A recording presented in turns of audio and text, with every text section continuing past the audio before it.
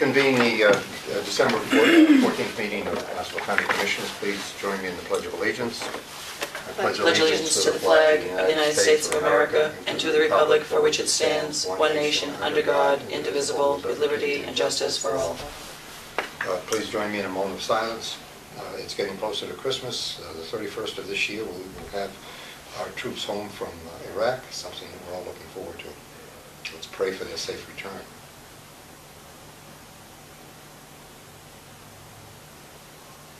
Thank you very much.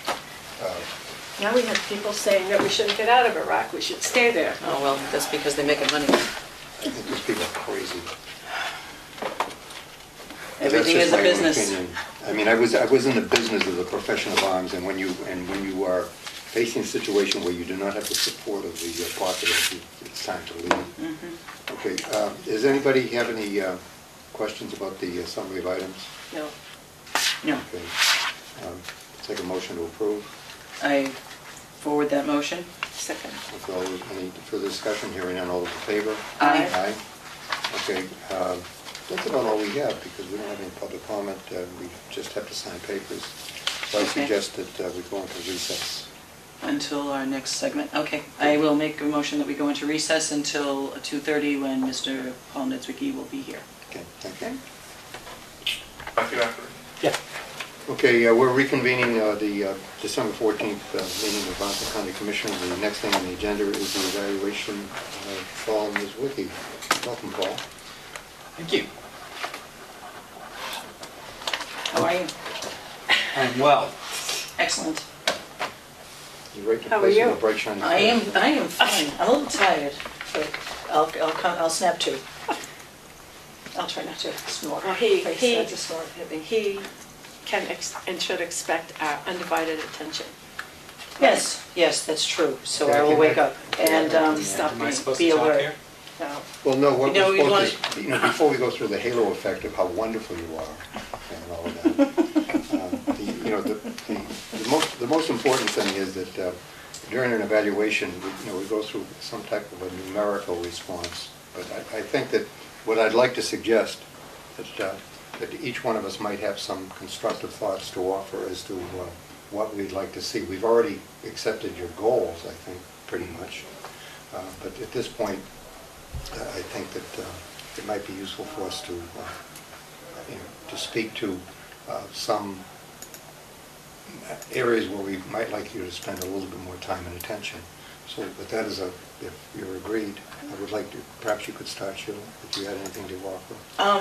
I have to say that I didn't have anything in that regard. I feel that you've done a great job, outstanding. You've led us with integrity and represented us well in all kinds of different stressful areas, from being on the committee up at the State House on infrastructure and wastewater, to dealing legally with issues, to dealing with our renewable energy issues,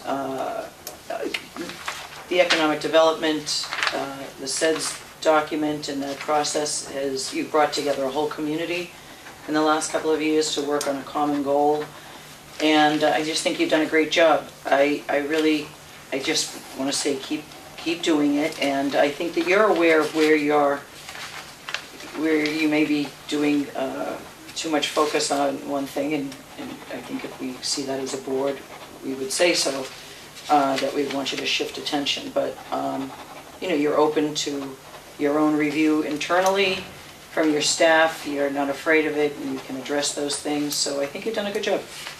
So I don't have anything actually to offer. Maybe as I hear other people's comments, I may think of something, but...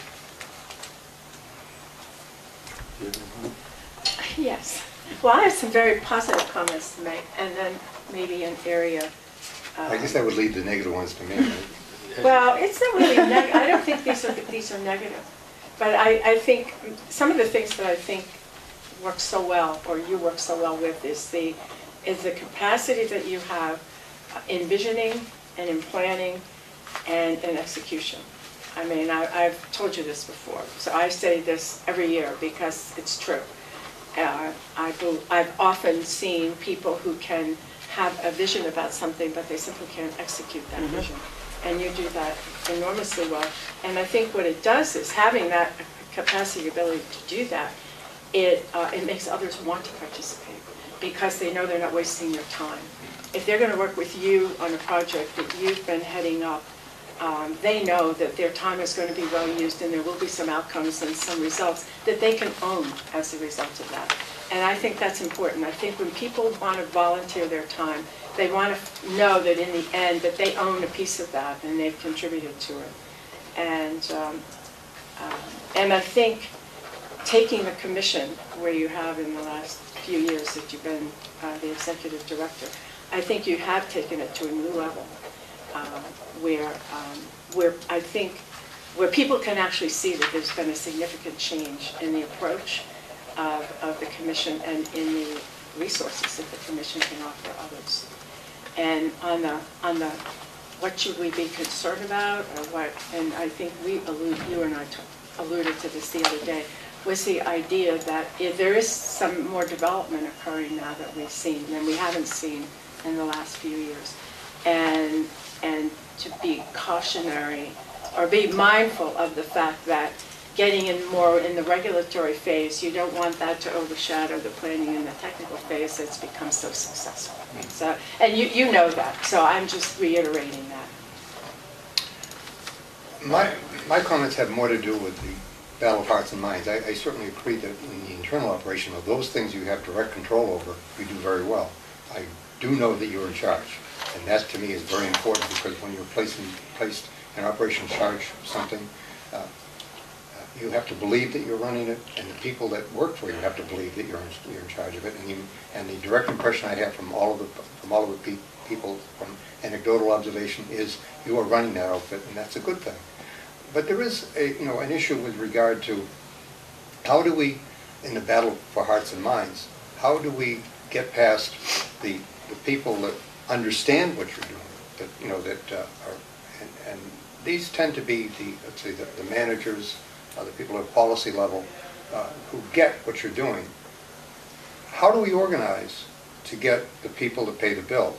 Because, and you know that we brought this up before, that when, to me, Yarmouth was a watershed moment that said, yeah, we get everybody on board except the people who had to vote for it in town meeting. Now, I recognize, those of us have been around on the plant long enough, that there's a high emotional content in a town meeting, and sometimes rational behavior is not one of the key issues that's there. Having said that, we've got to figure out a way for people to understand that in order to protect what they have, the wise choice that they have to make for what they need has to do with allowing themselves and accepting that there is a bill to be paid and they have to be able to buy into it. So I would say that the challenge in all of this, because we could go through a bunch of numerical stuff on here, but the challenge is how, and I would say that that's the main issue as far as I'm concerned for you, is that how do we reach the 200 and, let's say, who votes, 150,000 people that vote, so that they see the value in what we're proposing to them. Because I have seen, personally, I've seen no fault in the plan. I see a lot, I see a lot of energy and time going into it. I see a lot, a lot of production values that are part of it. But somehow or other, in terms of, and this comes from training salesmen, we haven't sold the benefits. So somehow or other, your job, now that you get everything under control as far as your operation goes, is somehow or other you've got to get the rest of the population on board. Now, that's not something that I say, okay, go, it's all on your shoulders to do it. I know that you need support, and the question is, how can we go forward working together to get this done? And you might look at me as being an impediment, let's say, to success, and I would, and if you felt that, I'd back off. But the point is that we need to get this done. Yeah. Okay. None of us are going to live forever, but we need to, and the main thing that is pressing with me is the wastewater management plan implementation.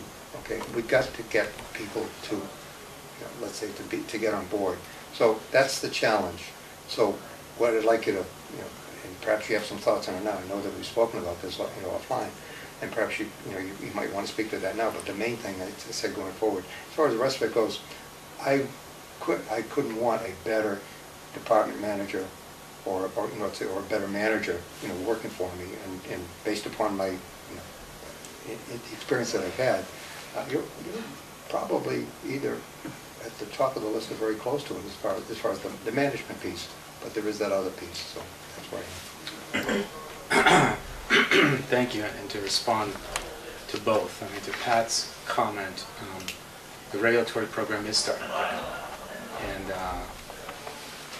unfortunately, we spent a lot of time, fortunately, we spent a lot of time on reforming the process over the last few years, so towns have more tools. Unfortunately, they haven't adopted those tools. And so that's part of a process. So I think in order to do what we have to do there and get development where we know we have adequate infrastructure, I think it's going to require affirmative action from the commission in lifting thresholds. So and I've talked about this with staff, and I mentioned at the Open Cape Summit this morning that I think the Cape Cod Commission should be able to unilaterally lift thresholds in industrial services trade areas that are proximate to the Open Cape broadband pipeline that's being built. And I don't see that as a major step back from protection, because it just shifts the burden. The towns still have the ability to discretionarily refer any development in that to the commission if they don't want it, but it shifts that mandatory burden around. So I think what you'll see this spring, that we will send some technical amendments to the Assembly, and I think that they will include more forcefully implementing those tools, which will allow more development in the right places that doesn't involve a regulatory role for the county or the region. So I mean, I think I agree with you on that. I'm cognizant that this is starting to get some traction. We've got Hydroid up on Thursday, for example, and it should be easier for companies like that to do what they're going to do. And, so we're going to get that one through, but we have to fix it for everybody, and so we're going to do that. Did the commission make it easier for Hydroid, or Yes. did Bourne make it easier for Hydroid, or was it a combination? I think we both made it Both? pretty easy for Hydroid. I mean, we have to get a final vote out of the commission on Thursday, so I can't say what they're going to do, but it's exactly the kind of company that we want to have here, and so we have tried to do that. I think where the town and the commission worked cooperatively there is that we could have gone through Chapter H and raised thresholds, but my concern in that is that somehow Hydroid would be used as some sort of political chip in some game by somebody who had some other agenda out there. So we broke them out separately. We're going to do them first. We're going to go back and do the industrial service and trade area after. But I am aware of that issue, and I think we have the fix. And so we will discuss that more in depth at the beginning of the next calendar year, and hopefully you can help us support that in front of the Assembly and get the regional policy plan changed in that regard. Bill's point is an extraordinarily pressing one for me, and especially having been through the mediation process that we've just been through, which was just grueling at times. I regret that we have not moved more aggressively on the wastewater issue. I really do. I think we were too timid in moving with the towns, and I think we were too timid in our review of the comprehensive wastewater management plans that came in. I talked to a Chatham selectman this morning at the Smarter Cape Summit, and as this county review committee meets to discuss what's next, there are many that say that wastewater will be the unifying theme. But she disagrees. She thinks it's too late. It's out of the barn. The towns are going to have to deal with it on their own, because that's easy for Chatham to say because they're done. Yeah, well, when they had the money to do it, too. Right. Yeah, and so whether it's in dealing with federal regulators, state regulators, or the towns, I think we should have been more aggressive on a regional approach to wastewater than we were. Well, maybe with this model that EPA is talking about, that if that's something a town can utilize, that maybe that's how the town outside its own borders and say, well, we've we've used this model. You know, we've put all our information in the model, and this is what the model's telling us to do. We can't do this on our own. Right. And maybe by using that, they'll see the handwriting on the wall, that they can't do it all by themselves. Well, we talked to Ken Rapp at EPA and been working with him pretty closely for the last year or so. And so I'm aware of the model. It was sort of built for Narragansett Bay. It came out of the Office of Research and Development, Washington, D.C., and they're still trying to work some of the kinks out of it. We have obligated to finish our regional plan by the end of the calendar year, at least to get it in a form that's final draft and ready for review. Excuse me, this calendar year or next calendar year? Next calendar. Okay. So that's sort of a 12-month window. And it will have in it specific tools that will use the Narragansett model or other more specific models. I think we can actually build a model that's probably a little bit better than what they've been doing. And I hope that starts to make the case from a cost perspective and from an environmental perspective as to why a regional approach is really the only way to move forward. So that's, I mean, that's, how do we win the hearts and minds? I think we've got to do that. But the other piece of it, and Bill and I have talked about this at length, is we did the watershed tour, and in being somewhat timid on wastewater, we were always out there to talk about the problem. We weren't always out there to talk about the solutions, because that's when it started to cross the line and there started to be turf issues about who could do what and who had the authority and where this was going to go.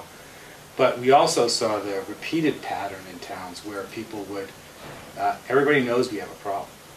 I mean, within a generation, we've lost so much eelgrass and so many naturally occurring shellfish beds that, you know, my kids aren't, you know, they're never going to know the Cape the way that I have if we don't fix it. So, you know, we need to get out there and start to talk about solutions that are based in cost. You know, we have to start talking about how much this is going to cost and how we're going to pay for it. And I think we need to get out there and have more of these town meeting type forums on wastewater to take a look at what other people in the state pay for wastewater disposal services, to actualize everybody's Title V costs, so that we establish on our own what our ability is to pay. Now that's going to leave a significant gap, but it turns the argument around so that we can then go to state and federal governments and say, you need to help us fill in this gap. We need new tools. You need to help us fill in this gap.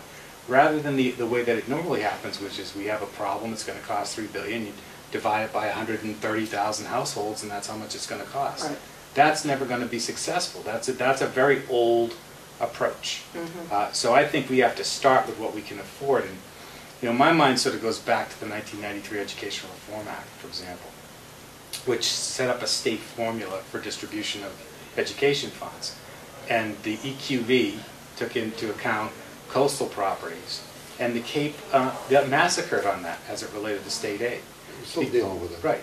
So instead of someone defining what we can pay for us, especially in an infrastructure area where the average homeowner, property owner, pays for 100% of it, we need to define as a region what we're willing to pay, what we can pay, what's affordable, and then we need to turn around and go back to the state and federal government and ask them to help us fill in this gap. And so that's I think, how we start to win the hearts and minds. Well, I think that part of this, if I may, is that there is a significant contribution that we make as a donation to the state for the operation we have down here. And then there's a significant carrying charge that we have in order to support that, let's say, that contribution that we make to the state. We somehow have to crystallize in these sources that if you want to keep this cash cow going, don't look at putting a casino in, just look at protecting what you have, because that's, you know, that's really what the bottom is. If we ignored this problem, and I think this is the greatest concern that I have, because it's peace in our time and somebody else will worry about it, the value of the individual property owner will disintegrate to practically nothing, because you'll be in an area that will be not only under environmental stress, but it'll also be like an environmental slum if we don't take care of it. Well, you know, I mean, it's not hyperbole to say that we are losing Cape Cod, you know, in its essence and what it's been.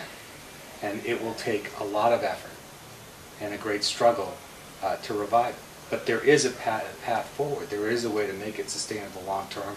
There is a way to revive these marine ecosystems that have been decimated.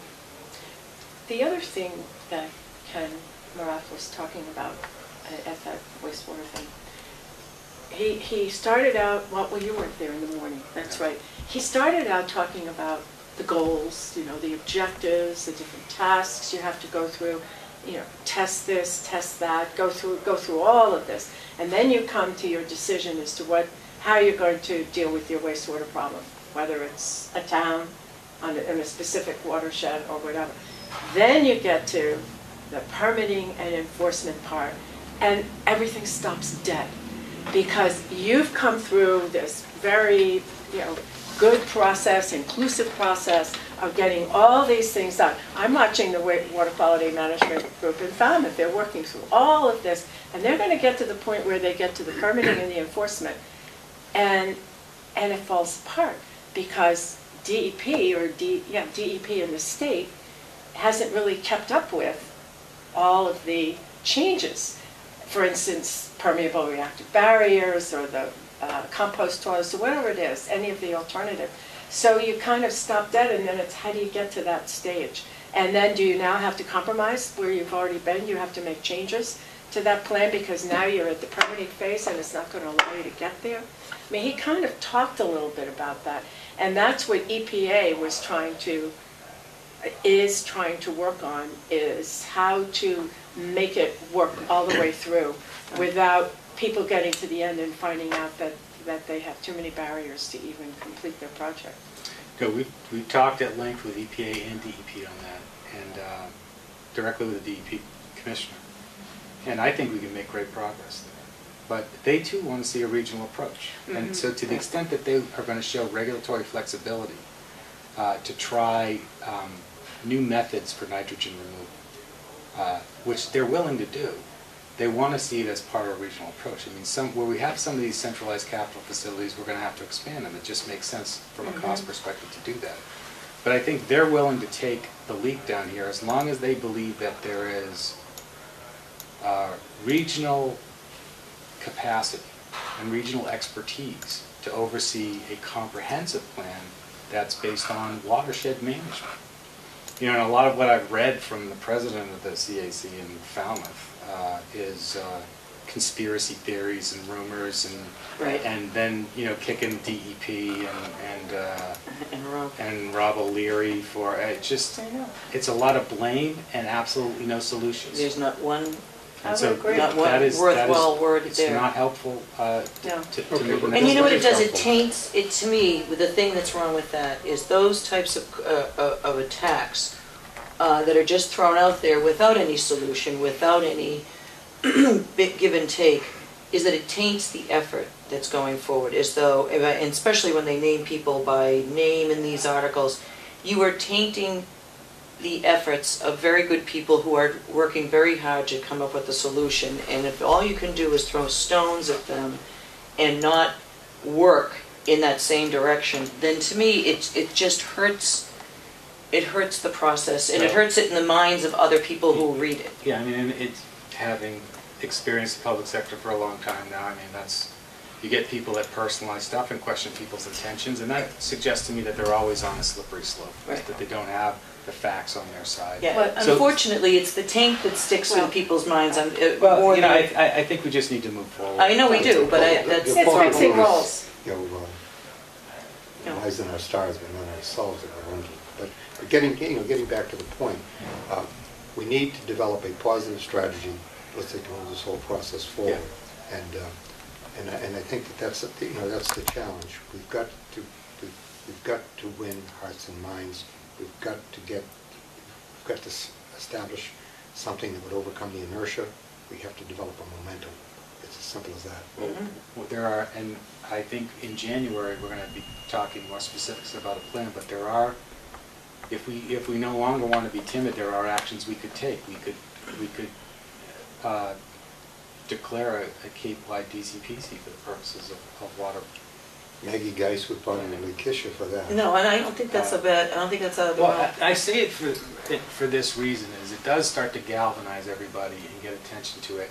But I really like the Ocean DCPC that we did and the process that was attached to it, where we brought the towns in up front rather than at the end. Now, that was ultimately unsuccessful in the assembly, and I think everybody should watch the tape and draw their own conclusions as to why. But that doesn't take anything away from the quality of the plan that we put Right. together there. And I think a similar process could be, you know, it's not, we don't have to do it. I don't think but it could, it's one thing that we might want to look at moving forward.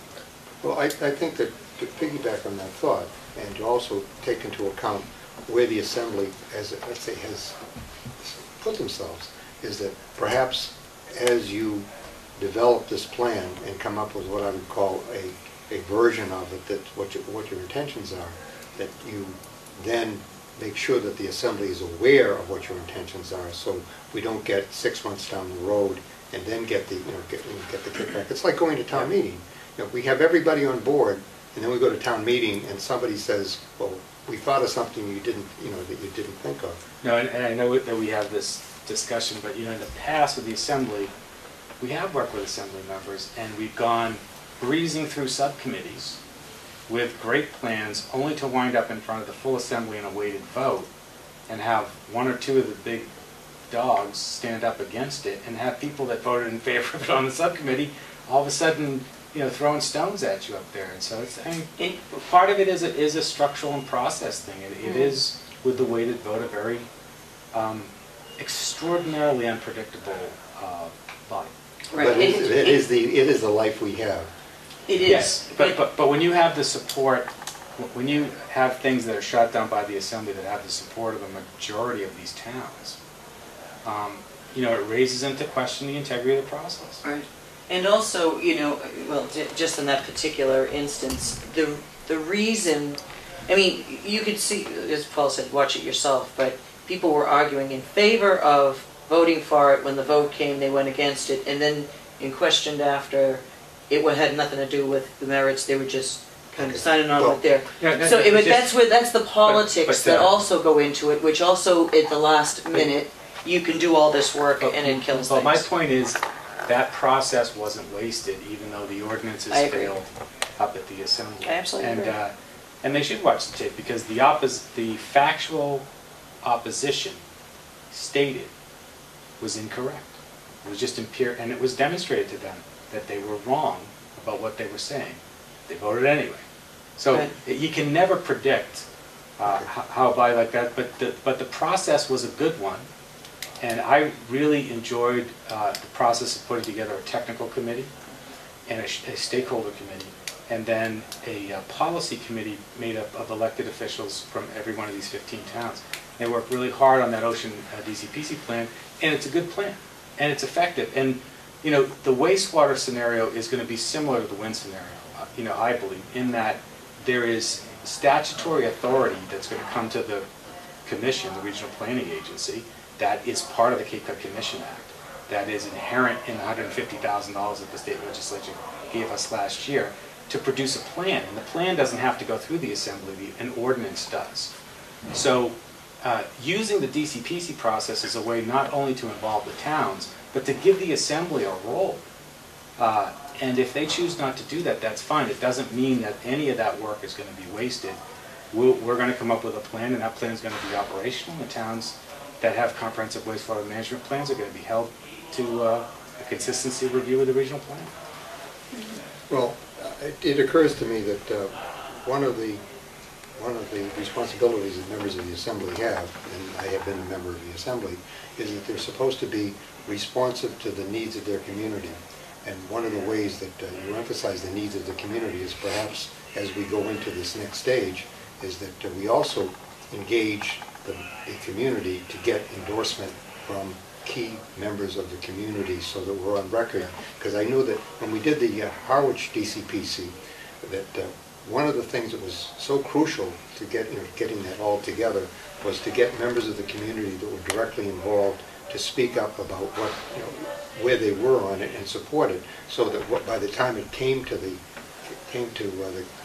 Cape Cod Commission, it already had the support of the community, and it went through very easily. It was to me a model, and I was very pleased to be part of that, as a member of the Assembly, because when it came to us, it was, wait a minute, this is what the community wants. This is what the community has gone on record to say that they want. And at that point, if the Assembly went against it, it was they're acting in a counterintuitive way to what what the community says is important to them. Yeah. So I think that Right, might right. be something that we talk about as far as being part of a Yeah, strategy. and I going think forward. that should be part of the strategy, but we have used that in the past. I mean, we've gone up there with proposals for the Ocean DCPC that were supported by majority of Board of Selectmen, majority of town councils, planning boards, ZBAs, boards of health, still to have the Assembly member vote against it. Right, and So it's always difficult when you say somebody speaks for the town. I don't know who you're talking about. I mean, any number of people stand up and say they speak for the town. And I disagree in many ways. That we're not, I don't look at the Assembly as being like Congress where you're bringing home the bacon for your town. You are going to be sitting on a regional board, or whatever, you're looking out for the interests in one way or the other, however you can interpret that. But you are there because you are now a member of a regional government. And when you are when you are elected to the county, you're representing the county's interests. So I look at those representatives as people who should understand what the county is doing, bring that back to their towns to explain this is the interface with the county and this is where the county is coming from. In many ways, it's all of your job is part of our job as well, to have them understand that this is where we want to go. Your job is to be the liaison with your town, letting them know what we're doing, not the other way around. And I think that that's where the Assembly gets it wrong. But the bottom line, though, is that we have to deal with what we have. We have to work with the Assembly. We're going to put the plan together, and we're going to do what we always do, which is we're going to have an inclusive process. We're going to produce a good plan, and I can't predict what's going to happen when it gets up there. But the plan and the process will not be wasted because it will result in a document that is going to have some enforceability associated with it. Well, I have my own experience of being as a member of the Assembly, and I was on the Assembly with this attitude. My responsibility was to make sure that the town that I lived in did not get poorly used, but my responsibility was to the county as a whole. So those two things going together, I think it was the attitude that I used, and it served me well, and it still serves me well. Okay, but before we leave this subject, sorry, do you want something else? Well, I was just going to say it was interesting that no one from the Assembly was there today for the Smarter Cape Cod. I mean, But there was Paul Paul Pilcher. Pilcher. well, Paul Pitchell, yeah, I did Right. say. And he is a selectman. Yeah, well, yes, and he's a selectman. But the thing is, when you're in a position, even an elected position, where you have a certain responsibility, you have to make decisions. So you do that by voting in some way.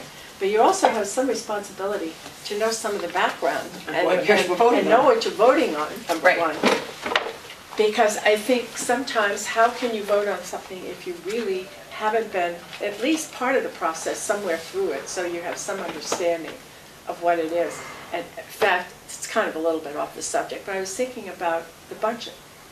It becomes an adversarial process in a certain sense. I mean, we do the budget, we send it over to them, and then they have their committees that review it with the department heads, and then they make their recommendations to the Assembly, and the Assembly votes. I was thinking to myself, how could we somehow change or make a difference in terms of the adversarial? And maybe what we should do is have a joint review. Have whatever budgets we're working on, invite the committee from the Assembly to come and sit with us and the department heads as we go over the budget, and we have the discussion together. If you remember, Instead of them doing theirs and us doing ours, that maybe it would be more benefit. if you remember 2 years ago, John Oman, Oman, who was head of the finance he used to come review, to our meeting. he came to every one of our budget meetings, as did Ron Bergstrom, and they were instrumental in helping in the Assembly understand the reasons behind some of the things that we were doing that year. And we did get through pretty much everything we wanted that year. So that is, I mean, I actually thought that we should involve them. I don't believe that they've amended the budget in several years. No, a couple of years ago there was a little, No, but in the last 3 years, I Well, don't think but there's that's been any beginning to amendments change for because, well, the budget's decreased $2 million over the last couple of years, so they worry about the bottom line. And maybe the best way to do it, and when ordinances go over, that can also be, it might be better if we had a joint review with whatever committee is reviewing those departments, we can all sit down together. Yeah, we can invite them over, we'll see who comes. Anyway, I agree, that's.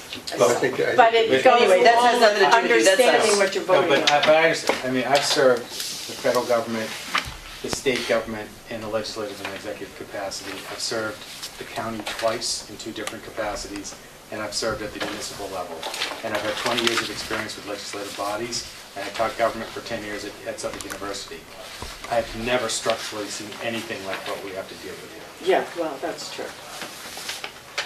Okay, at this stage, I think we sort of beat this Yeah. to death. Now, let me ask you this. You work for us. Yes. What do you need from us Yes. to be successful? You know, I think we need to continue the partnership. I think this year we tried to make more of an effort to get, for me to get in front of you more often and give you sort of more substantive updates. And I could also use your help on the county side when we have ordinances and regional policy plan amendments that we've got to move through the assembly. Other than that, I think, you know, it's always been an honor to serve the county. It's an honor to serve the commission, and to the extent that we have any success at all, it's really due more to my staff than it is to me. I mean, we've got some extraordinarily talented people over there, and so we, I think, have changed the culture. I think we like really working with the towns and seeing things happen out there in a way that's constructive and incentive-based and based on facts and expertise. You know, I look forward to what is going to be a long and difficult year, but these are important things. I have one last thing to add. One of the things that I think that was brought up today as we look at this super highway of information, information and data delivery, is the importance of having what I would call a responsive information technology, activity here at the county. I think that as Dan Gallagher said, you know, at that meeting, that he looks to us to step up and have a larger role. I don't know specifically what he's going to ask us to do, but it occurs to me that if we are to really provide leadership with regard to the appropriate exploitation of this capacity for data management, data delivery, and for communication, that we need to have what I would call an ability to offer to the community an integrated approach to this problem. So I'm going to ask you, as part of your responsibility, as part of Open Cape and the Smarter Cape and all the rest of it, as to what would an appropriate, responsive regional IT organization look like that actually met not only the needs of the county, but also of the community, and one that we could sell to people. So this is obviously a missionary question. I would like to think about it, and maybe in a couple of months come back, with some suggestions as to how we go forward. We have thought about it, and I think it's a huge opportunity for the county and for the region. And so I'd be happy to come back with Dan sometime and have a more specific discussion about. Okay, remember, this time we're looking at what kind of nuts and bolts has to go into it in Yeah, I order think to implement it. we have given a great deal of thought internally to whether it is a public organization, a public-private partnership, just a private contract, but Open Cape's just building the infrastructure of the highway, so they're not going to create the database on top. Get that. That's really up to us, and we've done a lot of work at the commission on what this data warehouse might look like for our purposes, but clearly it has, a larger purpose for the entire region. And so we'll come back and talk about it. And Peter might be one. We do have Yeah, Peter Carlson is Peter working Carlson with us. should be Okay, part of it. yeah, we could suggest that that's a resource for us. Yeah. Okay, Right. don't be afraid to. Also, when is your contract, did we have a 3 or 5 year contract? It's a 5-year It's a contract. 5-year contract, okay. It's a 5-year No, contract. Yes, it is. Is it 5? It's a 5-year Oh, contract. that's right. That's right, yeah. Okay. You want to talk about it? Well, I just thought you might want to, It's up next year. okay. Well, it would be, No, It can't be up next 2014. Is it 2 years? Yeah, no, yeah. It's 2.5 years left. 2.5. well, if you want, if you want to, you should factors. Well, there are terms in there Why? that talk about that. Mhm. Yeah, I mean, yeah. I only mention it because it's been mentioned to me about others, so I just thought I'd bring it up. Yeah. That you bring it up. That I would ask, because it's not just, other people have asked me, Who are these other people? What are you I'm not sure you what know, you mean. other employees are, their contracts are, you know, being You only have renewed. one other person with a contract. Okay, I just thought I would mention it and open the door. If There anybody are wants to others. address, if anybody wants to I don't address think this, it's that they could do it. appropriate. I mean, Yeah, no, there's okay. clauses in there Yeah, that deal with what you want to do if you Yeah. want to open it. Right. Okay, And it's And not. so we'll, yeah. all right, we'll deal with it in Yeah. executive session. okay. Mm. Other than that, Okay, anything else? We've Not signed a all the thing. papers? Paul, I have one other option, but I mean, Paul doesn't need to stay for this. Thank I you. wanted to comment on the emails that were sent the other day from a Mr. Ron Beatty, oh, you might want quoting to stay me for as this. wanting to move the county complex to Main Yes. Street in I Hyannis. know, I didn't know you said that back in, And I 2008. just simply want to say, I'm not going to write anything for any newspaper, and I'm not sending out any emails. But 2 years ago, when you and I were both elected as county commissioners, we had a discussion about a study that was done back in '02 or '04, I've forgotten exactly when. A study was done about the county complex here and how it could be modified or changed or moved or restructured or added Or to or build a new whatever. one on 132 We were not or- on the Board of County Commissioners We were at the not. time, but we had a discussion about that because we saw that there were certain needs We have that. that maybe we should address over time. Right. And we had a conversation about some of the recommendations that came out of that. And one of them was the possibility of moving to Main Street. What I said was there are certain positives to being on Main Street. You're there's where there's a lot of activity, people gather on Main Street, you have more presence on Main Street, you're very visible, you make it easier You're out for of the people to court's access. way, there's But there are all also that. some negatives because you have a great complex here. There's a lot of parking. Right, and It's we're a big part of that. There are a lot of positives to being here. So in each case, there's a positive and a negative. Right. And that was the end of the yeah, we were conversation. being interviewed or something Just- because we were just We weren't elected or interviewed, something. you and I were were, having we this- had a meeting and we were talking talking about the about this. study. I can't remember it. I 'Cause remember you talking know about it, I why? don't remember what it was. Because our county, Scott Nickerson Scott came in Nickerson to talk came about a and building. wanted more space, commission, and George wanted more space. Right. So we dragged out that study Right. and said, what did you do 8 years ago? So that's And not. that's how that came So we're about. staying here in Barnstable Village if they'll keep us. Thank you very much. End of my comments. I wanted to clear that. That's right, and I'll clarify that that's. That's all I'm that was gonna only say just about it. Okay, does anybody have anything else? No, No. motion to adjourn. Other than, that's it. Okay, No. all those in favor? Aye. Aye. Okay. Thank you.